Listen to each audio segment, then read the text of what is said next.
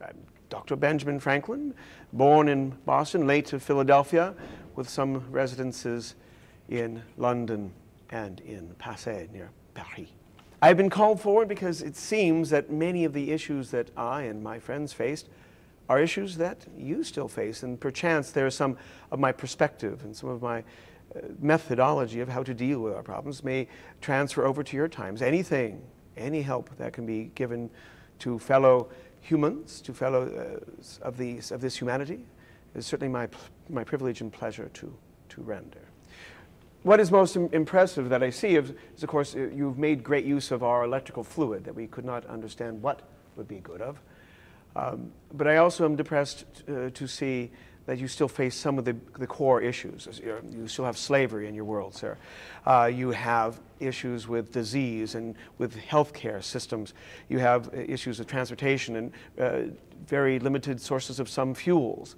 And you make degradation to your environment to be able to bring forth more energy when there should be ways that your intelligence, certainly much greater than mine or ours, should be able to supply you with. You're beginning to harness the wind, you're beginning to harness the solar power. Why not continue that? But no, you have still to grab your fuel from out of the earth, it seems. So maybe there can be some collaboration between my time and yours. Well, most pleasantly, actually. I've oftentimes thought that if I had to live it all over again, I would only ask to have repaired and amended, as any good printer does with making a second edition, a few errata, mistakes that I made during my life. But if I was forced to live it again as it was, I would not complain. I was very blessed in many aspects. I was able to see and do things that most men only dream of. I was able to accomplish my early dreams of becoming a printer and be able to raise a family, and then, given the opportunity, able to contribute some to the happiness and well-being of the people all about the world. It's something quite to be considered an accomplishment for a man's life.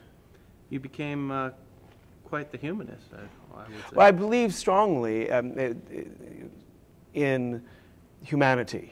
And even though I was considered an homme de naturel, a natural man by French standards, really humanity is the best at its height and the most civilized, where we realize that all religions are a piece of the heavens and that we can combine them all into a common vision of obligation to do good to one another. That we should not overly worship God if we ignore mankind in the doing of it. We must do God's work, which is to do good to one another. We are the humanity, and the care we show the care that we show to others in that race is the care that we show our true Creator. So it is something to be said for an enlightened individual, as I tried to be, that I held humanity to be worth the labor. Did you ever expect to be so famous? No, sir. No, sir. I expected never to become as famous as evidently I did become, and as evidently I am still. I'm on your $100 bill. Thank you very much. I don't really know why, but maybe I would think more appropriate to share the $1 bill with good General Washington, but it is for your life to decide, not for me. No, each of my stages of life, I assumed that I would be a good printer, maybe a good family man, and then later an experimenter of the electrical fluid, and then maybe do some service to my fellow citizens as an alderman, and then a representative to England, but things kept coming into my grasp, and I would not let them go. I would simply try my best to do what I could with the tools I had at hand.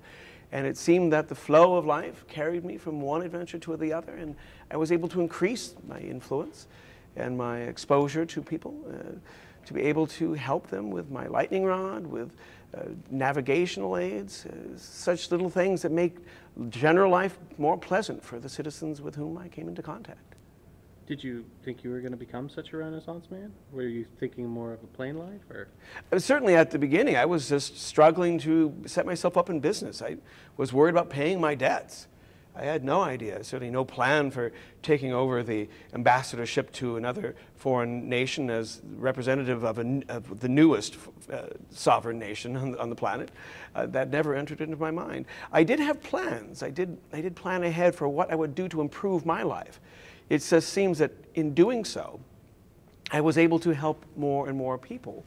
At least some. Of course, some thought I was a miserable wretch and that I had no business doing, interfering in their lives and changing the way that they saw the world. But, well, one can never please everyone. You know, you spoke a lot about your service. You worked hard, though. I mean, tell me about your philosophy on the hard and leisure and laziness.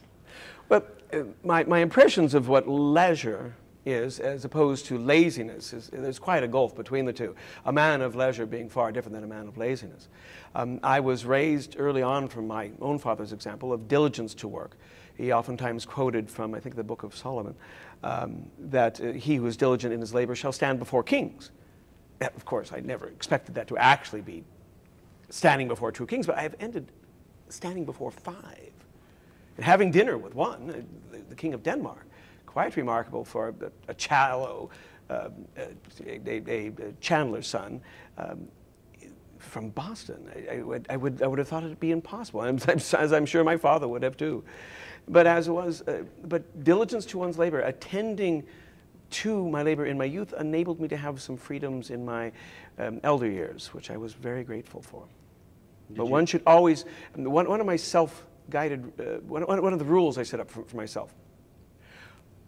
One of the rules I set up for myself was this, that you should always be at a labor, at something, to not let idleness take over one's industry, that one must be industrious and continually apply oneself to the betterment of your situation and the situation of those around you.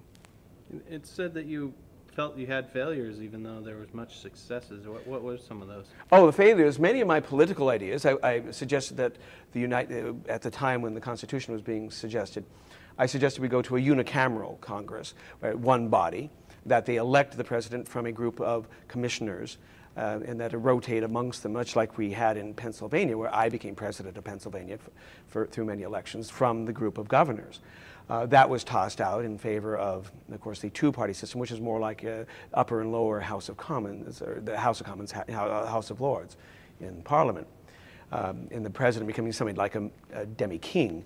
But we have to make compromises. I suggested a plan of union at the Albany Congress in 1756, and that was I was called a blockhead for that.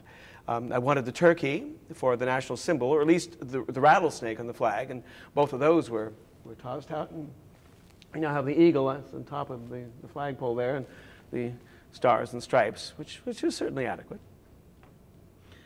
You came back feeling that one of the failures that has been suggested is you came back feeling like you failed the colonies when you first went over. But really, did you? I did feel I had failed the colonies. I was sent there to try and amend the relationships between Britain and its colonies. And when I left, there was near utter hatred between the two. They thought we were rebels and traitors, and I thought we were the new British future. And they refused to see that, and they treated us like second-class citizens. I failed to reconcile those energies, and so they were too great and split apart. I did fail, and the only thing that I could feel to do was then try and help the newest, the youngest, to survive as best it can. As if you have to choose between a grown man and their child and must save one of them, you save the child. Now, your views on slavery is much different than many of the men of your time. Let's talk about that. Many of you did own slaves, did you? I owned slaves myself when I was younger. It was simply done. And I owned 2. My son owned 1. Mine were Peter and Jemima. My son's was named King, an odd name for a slave perchance, but he was a good man.